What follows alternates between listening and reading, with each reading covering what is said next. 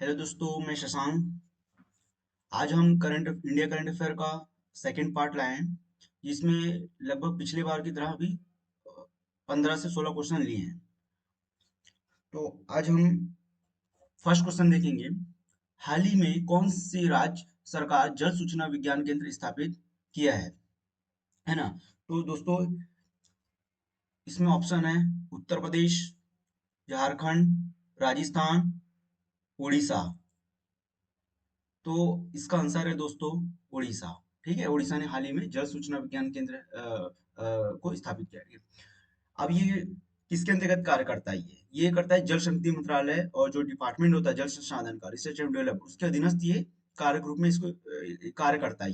ये वर्क क्या करता है? ये वाटर का बेस्ट मैनेजमेंट करता है, डेटा को कलेक्ट करता है कि कहाँ पे वाटर लेवल का स्तर क्या है, पॉल्यूशन स्तर पे क्या है, कहाँ पे ठीक ठाक वाटर लेवल है। तो ये सब ये डेटा देता है। उस डेटा के बेस पर जो है फिर आगे हम प्लानिंग करते हैं। जैसे एग्जांपल के रूप में आप देखेंगे तो मेट्रो सिटी में जैसे दिल्ली हो गया, बेंगलोर हो गए, तो ऐसी जगह क्या होता है दोस्तों कि वाटर लेवल बहुत खतरा है ना, बहुत नीचे स्तर जा चुका है, पानी की बहुत किल्लत रहती है, आप देखते होंगे न्यूज वगैरह में। तो अब वो डेटा कलेक्ट करेगा, क्या वहाँ पे समस्या है, उस पर डेटा तैयार करेगा, फिर देन उस डेटा बेस पर हम एक नीति बनाएंगे। ठीक है, तो इसका वर्क यही होता है। सेकंड है, हाल ही में किसे 2027 विश्व एथलेटिक्स चैंपियनशिप के मेजबान के रूप में घोषित किया गया है? Beijing, California, France, Bharat. दोस्तों, इसकी जो मेजबान करेगा, बीजिंग करेगा। ठीक है। थर्ड क्वेश्चन, हाल ही में ब्रिटेन के राजा द्वारा नाइट की उपाधि पाने वाले पहले भारतीय कौन बने हैं दोस्तों? Mukesh Ambani, mark Zuckerberg, Sunil Mittal, Anand Mahindra. तो दोस्तों, इसका आंसर है सी, सुनील मित्तल। ठीक है। फोर्थ, हाल ही में किसने एनटीपीसी के निदेशक का पदभार संभाला? है ना, महानिदेशक के रूप में। तो वो है श्री सुदीप नाग, पार्थ मजुमदार, रविंद्र कुमार, इनमें से कोई नहीं। तो दोस्तों, इसका आंसर है सी, रविंद्र कुमार। रविंद्र कुमार ने को हाल ही में एनटीपीसी के निदेशक के रूप में मतलब नियुक्त किया गया है। ठीक है। अब फिफ्थ क्वेश्चन है, हाल ही में किसे देश के नए लोकपाल के रूप में नियुक्त किया गया? थोड़ा सा इसको हम थोड़ा डेप्थ में भी देखेंगे क्या क्या प्रोसेस है। तो इसका ऑप्शन है, किसी अध्यक्ष के रूप में नियुक्त किया गया है जस्टिमेंट न्यायमूर्ति अभिलाषा कुमार, न्यायमूर्ति प्रदीप कुमार मोहंती, न्यायमूर्ति अजय माणिकराव खानविलकर, श्री दिनेश कुमार। तो दोस्तों, इसका आंसर है सी, न्यायमूर्ति अजय माणिकराव खानविलकर। याद रखिएगा, इनको अध्यक्ष के रूप में नियुक्त किया गया। अभी पिछले 2 साल से ये जो पद था अध्यक्ष का लोकपाल में, ये खाली था। तो कार्यवाहक अध्यक्ष के रूप में कौन था दोस्तों? ये जो सेकंड ऑप्शन है ना, कार्यवाहक अध्यक्ष के रूप में थे। ये जो सेकंड ऑप्शन है, कार्यवाहक अध्यक्ष के रूप में, है ना। कुमार जो प्रदीप कुमार मोहंती कार्यवाहक अध्यक्ष के रूप में थे। ठीक है। अब हम, और ये जो यहाँ पे ग्रीन हाईलाइट मैंने जो की है यहाँ पे, ये जो ग्रीन हाईलाइट की है दोस्तों, ये मेंबर है, 3 मेंबर जो अभी अभी हाल ही में इनको मतलब रिसेंटली जो है नियुक्त किया गया है। ये जो है ना, जैसे ऋतुराज अवस्थी, संजय यादव, एल एन स्वामी, है ना, ये 3 मेंबर को भी नियुक्त किया गया है। ठीक है। अब आते हैं, अब हम थोड़ा लोकपाल के बारे में बेसिक जानकारी जानते हैं दोस्तों, है ना। बेसिक जानकारी इसके बारे में जानते हैं कि इसको कहते हैं क्या है। तो ये लोकपाल एवं लोकायुक्त अधिनियम 2013, इसको जो है स्वीकृति कब मिली थी? ये जो अभी है ना, ये 2014 में आया था। तो इसको स्वीकृति दोस्तों 1 जनवरी 2014 को प्रेसिडेंट से स्वीकृति मिली थी। ठीक है।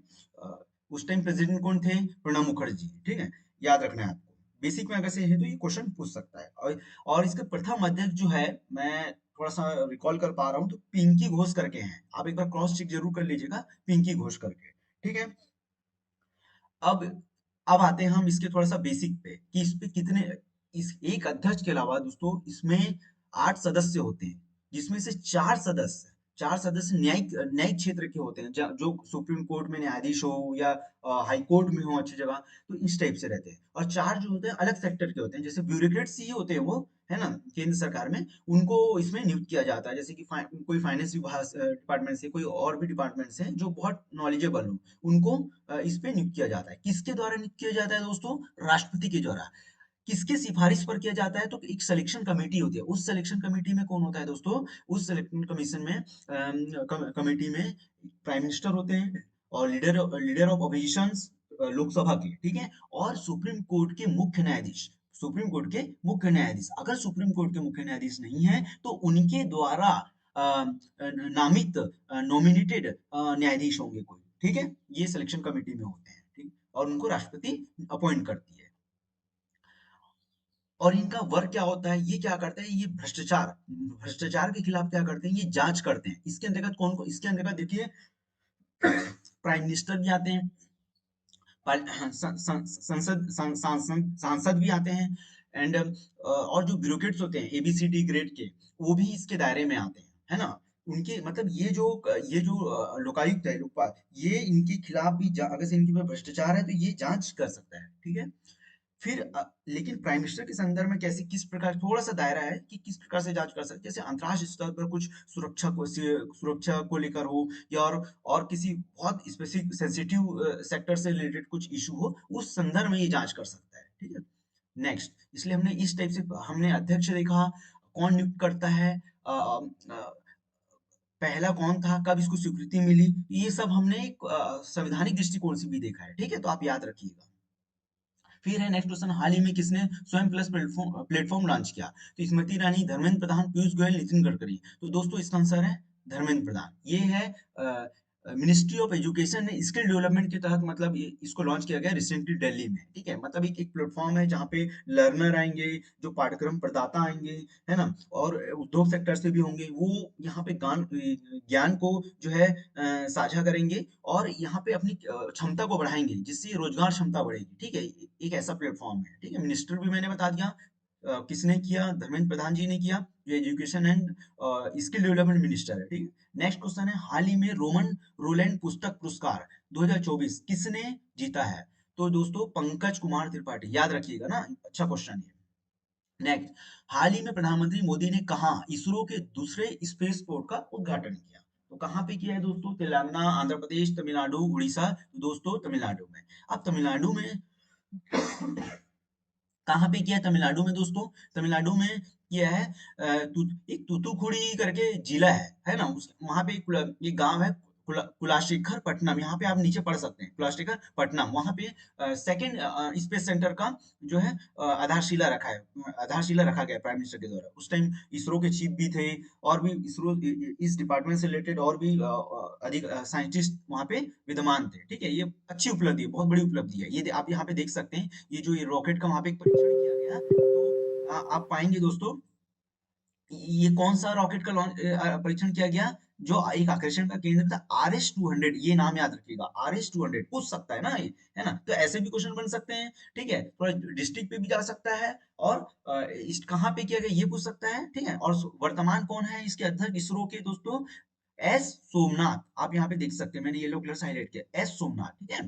फिर है इसरो के बारे में थोड़ा जानते हैं, तो इसरो की जो स्थापना है दोस्तों 1969 में की गई थी, ठीक है। लेकिन भारत ने पहले एक अंतरिक्ष आयोग था, उसके बाद 1972 में डिपार्टमेंट ऑफ स्पेस बनाया, तैयार किया, फिर उसके अंदर फिर उसको 1972 में डिपार्टमेंट ऑफ स्पेस के तहत, अंतरिक्ष विभाग के तहत इसको ला लिया गया इसरो को, ठीक है। और इसका कहाँ पे है ये, मतलब इसरो का मतलब ऑफिस, तो वो है कर्नाटक के बेंगलोर में है, ठीक है, इनका कार्यालय, ठीक है। तो ये इतनी सारी हमने जानकारी कलेक्ट की, आप इसको ध्यान जरूर रखिएगा, हेयरिंग जरूर कीजिए, और पीपीटी को एक बार रीड ऑन कर लीजिए, आपका रिवीजन हो जाएगा, आप कहीं ना कहीं से पढ़ रहे होंगे तो, ठीक है।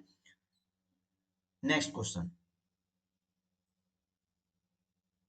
हाल ही में प्रधानमंत्री मोदी ने कहा भारत के सबसे लंबे केबल स्टे ब्रिज सुदर्शन सेतु का उद्घाटन किया, सुदर्शन सेतु का, तो आपको याद होना चाहिए, मथुरा में, गंगा घाट में, पुरी में, तो दोस्तों इसका आंसर है द्वारिका में। कहाँ पे किया है, द्वारिका में। यहाँ पे इमेज भी देख सकते हैं, केबल ब्रिज मतलब ये जो दिख रही है ना, केबल टाइप का, इसी को कहते हैं, ये इसी पर पूरा बेस्ड होता है ना, ये इसी को कहते हैं केबल, नीचे इसका कोई आधार नहीं होता, इसी बेस पर होता है, ठीक है। तो ये इसको कहते हैं केबल ब्रिज। तो आप ये अच्छा क्वेश्चन ये भी बन सकता है दोस्तों कि कितना किलोमीटर लंबा है ये जो केबल ब्रिज है, ये 2.3 किलोमीटर, कितना है दोस्तों, 2.3 किलोमीटर तक ये फैले केबल आधारित पुल सुदर्शन सेतु का उद्घाटन किया गया, ठीक है। यह भारत का सबसे लंबा केबल ब्रिज है, याद रखिएगा, ऐसा भी क्वेश्चन पूछ सकता है। इसके बारे में आप थोड़ा सा मैंने यहाँ पे डिटेल जानकारी दी है, ये यहाँ पे आप पढ़ लीजिएगा, है ना। चार धाम में से एक धाम है जो द्वारिका में है, कृष्ण जी का है, ठीक है, याद रखिएगा आप। नेक्स्ट, हाल ही में विश्व व्यापार संगठन का 13वां मंत्री स्तरीय सम्मेलन कहाँ शुरू हुआ दोस्तों, कहाँ पे हुआ 13वां मंत्री स्तरीय सम्मेलन, आबू धाबी में, यूएसए में, फ्रांस में, बीजिंग में, दोस्तों इसका आंसर है यूएई के आबू धाबी में, ठीक है। थोड़ा यहाँ पे मात्रात्मक त्रुटि है टाइप करने में, तो आप याद रखिएगा अबू धाबी, ठीक है। अब इस जो मंत्री स्तर थर्ड जो 13वां मंत्री स्तरीय सम्मेलन जो हुआ है अबू धाबी में, इसकी अध्यक्षता कौन कर रहे थे दोस्तों? तो आप पाएंगे यहाँ पे जो संयुक्त अरब अमीरात है, यूएई, इसके जो विदेश व्यापार राज्य मंत्री है महामहिम डॉक्टर थानी बिन अहमद अल जायोदी ने की थी। याद रखिएगा, ये पूछ सकता है ना फैक्चुअल जानकारी के पर्सपेक्टिव से, ठीक है। अब आपको पता होना चाहिए कि डब्ल्यूटीओ क्या है। तो दोस्तों डब्ल्यूटीओ क्या है, जिसको कहते हैं विश्व व्यापार संगठन, है ना। इसका मुख्यालय क्या है? स्विट्जरलैंड के जिनेवा में। कहाँ पे दोस्तों? आप यहाँ पे देख सकते हैं, स्विट्जरलैंड के जिनेवा में। इसकी स्थापना कब की थी? ये लगभग सेकेंड विश्व युद्ध जब हुआ था उसके पश्चात 1 जनवरी 1995 में किया गया था। आप यहाँ पे देख सकते हैं, पूछ सकता है ना भाई, बेसिक जानकारी में पूछ सकते हैं डब्ल्यूटीओ की स्थापना कब की गई थी, है ना। इसका मुख्यालय कहाँ पे है, ठीक है। अभी जो ये सम्मेलन हुआ है 13वां सम्मेलन, इसकी अध्यक्षता कौन की है, और पूरे डब्ल्यूटीओ की महानिदेशक कौन है? तो ये नीचे नाम देखो, आप पढ़ लेना, नोगोजी ओकोंजो इवेला। थोड़ा अजीब अजीब गरीब नाम है, तो आप थोड़ा यहाँ पे देख लीजिएगा, ठीक है। इतनी सारी आपको जानकारी याद रखनी चाहिए। वर्ल्ड ये करता क्या है दोस्तों? एक्चुअली क्या करता है, इसमें जितने भी कंट्री शामिल होते हैं वो हम आपसी आपस में एक दूसरे देश का जो व्यापार है वो सहज रूप से हो, उदारीकरण हो, है ना, उसमें ज्यादा कठिनाई हो, क्लिष्ट ना हो। तो वहां पे ये नीति बनाया जाता है ना, किस तरीके से हम आसान तरीके से व्यापार को बढ़ावा दे सकते हैं एक देश से दूसरे देश के साथ, ठीक है। तो इस टाइप से यहाँ पे नियम बनाए जाते हैं पूरा। जो भी कंट्री इसमें शामिल होते हैं लगभग, मुझे एग्जैक्ट याद नहीं है, 137 कुछ करीब होंगे। तो और क्योंकि इसमें बढ़ते घटते रहता है, तो आप उसको देख लीजिएगा, ठीक है। तो ये वो मतलब नीति बनाने का काम करता है व्यापार के संदर्भ में, ट्रेड के संदर्भ में, ठीक है दोस्तों। नेक्स्ट, हाल ही में भारतीय मूल की किस महिला को टाइम मैगजीन ने पर्सनल ऑफ द ईयर चुना दोस्तों? तो Leena Nair, Tyler Swift, Smriti Irani, Michelle Obama. तो आप पाएंगे लीना नायर इसका आंसर है। अब 10वां क्वेश्चन है हमारा, इंपॉर्टेंट क्वेश्चन, इसलिए मैंने कोशिश की है कि इसको जितना हो सके पॉसिबल क्वेश्चन, अलग अलग जानकारी मैंने यहाँ कलेक्ट करने की कोशिश की है, ठीक है। तो इस राम मूर्ति का जो आप यहाँ पे देख रहे हैं, है ना, पहली चीज आपको पता होना चाहिए कि ये जो मूर्ति का चयन किया गया है कि किस टाइप से मूर्ति बनी, ये बाल स्वरूप है, मतलब भगवान प्रभु श्री राम के बाल स्वरूप को इसमें दर्शाया गया है, ठीक है। ठीक है, इसमें गढ़ा गया है।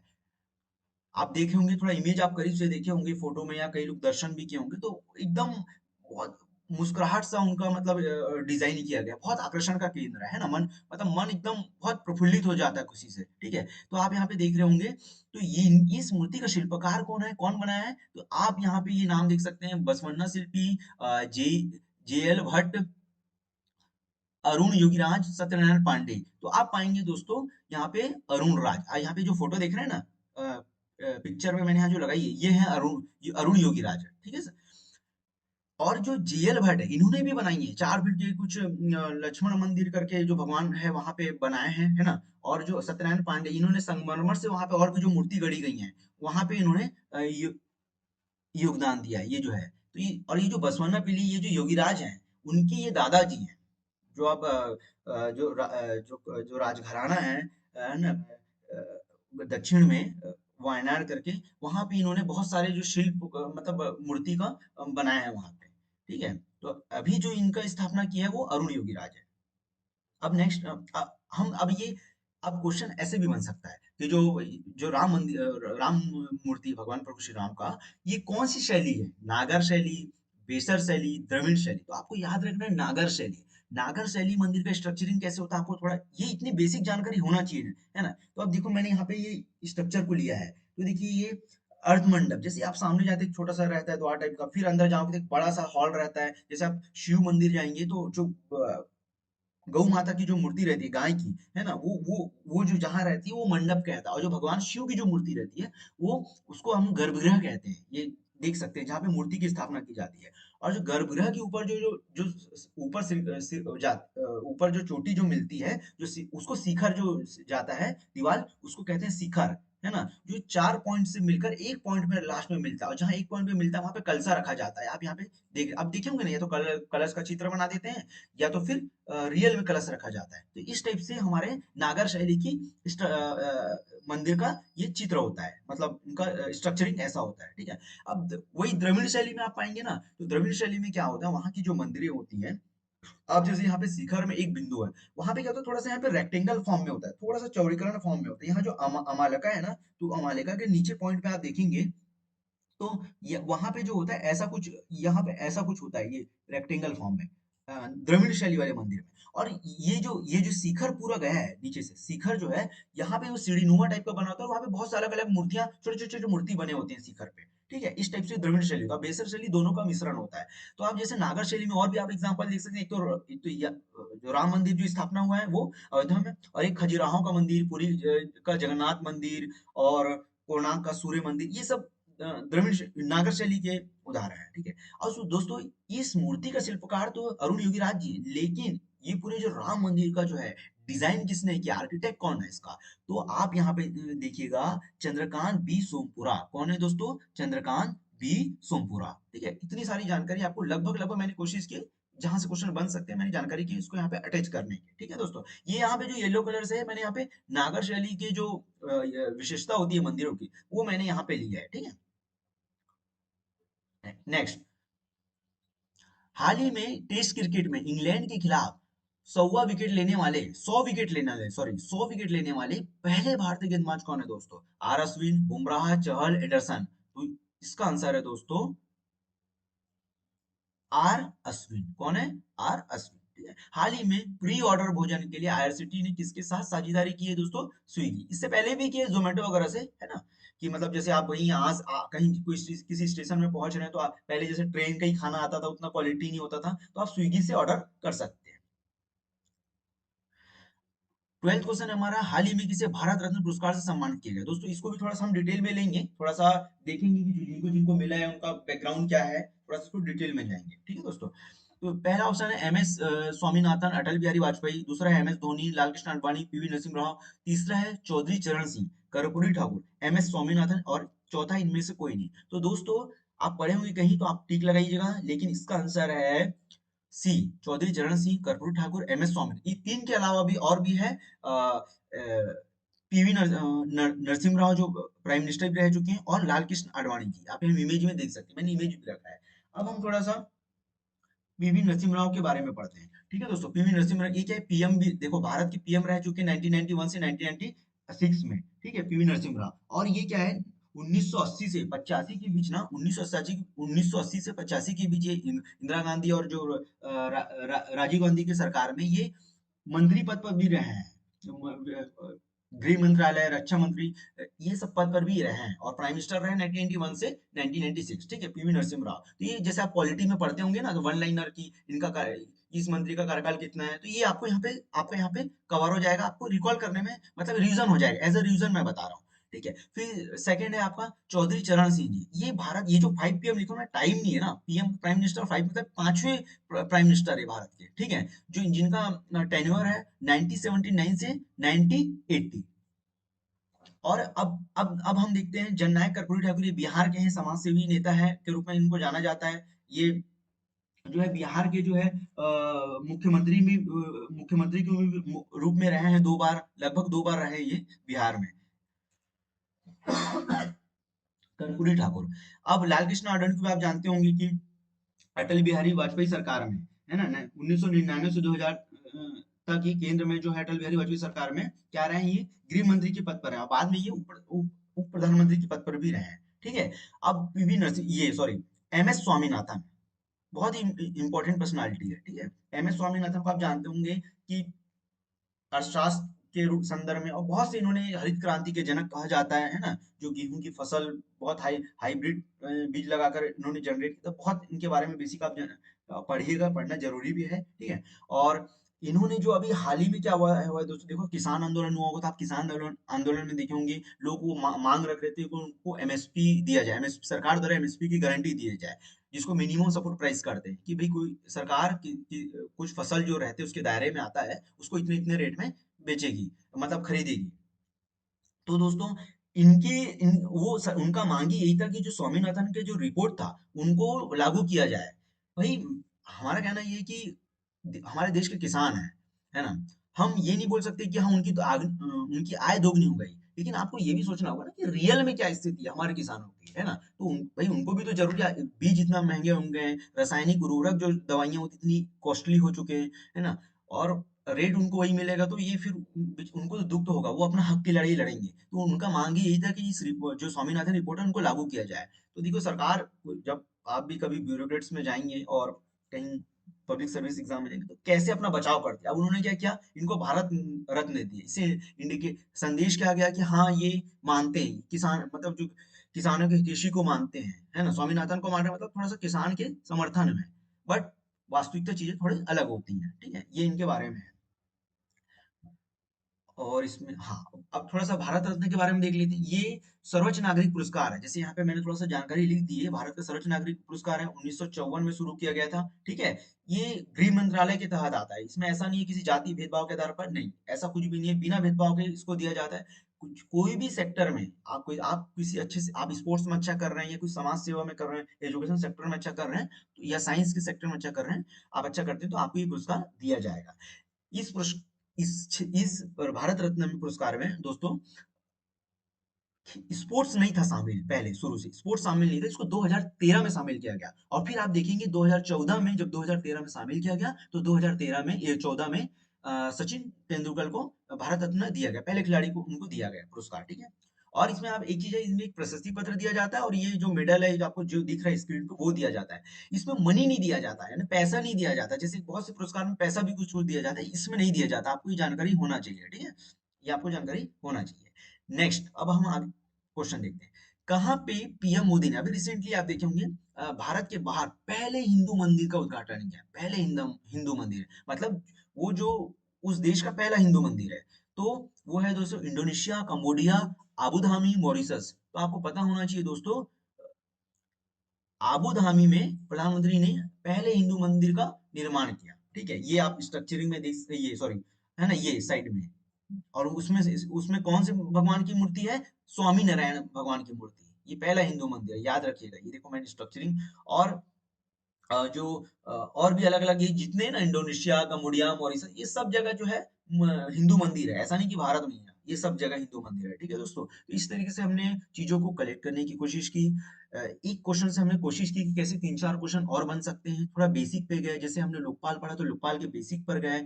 इसरो पढ़ा तो इसरो की स्थापना कब हुई थी, कौन इसके अध्यक्ष है, डब्ल्यूटीएम के संदर्भ में हमने वैसे देखा। भारत रत्न के संदर्भ में हमने मंदिर पढ़ा तो हमने वही देखा कि भी इसका शिल्पकार कौन है। ये थोड़ी पूछेगा कि इसका उद्घाटन कौन किया, ये तो सबको पता है ना, है ना? ये तो लल्लू सा क्वेश्चन हो गया। इसका शिल्पकार कौन है, इस मंदिर का आर्किटेक्ट कौन था, हमने वो कवर किया। कौन सी शैली से मंदिर बनाई गई, हमने वो कवर किया।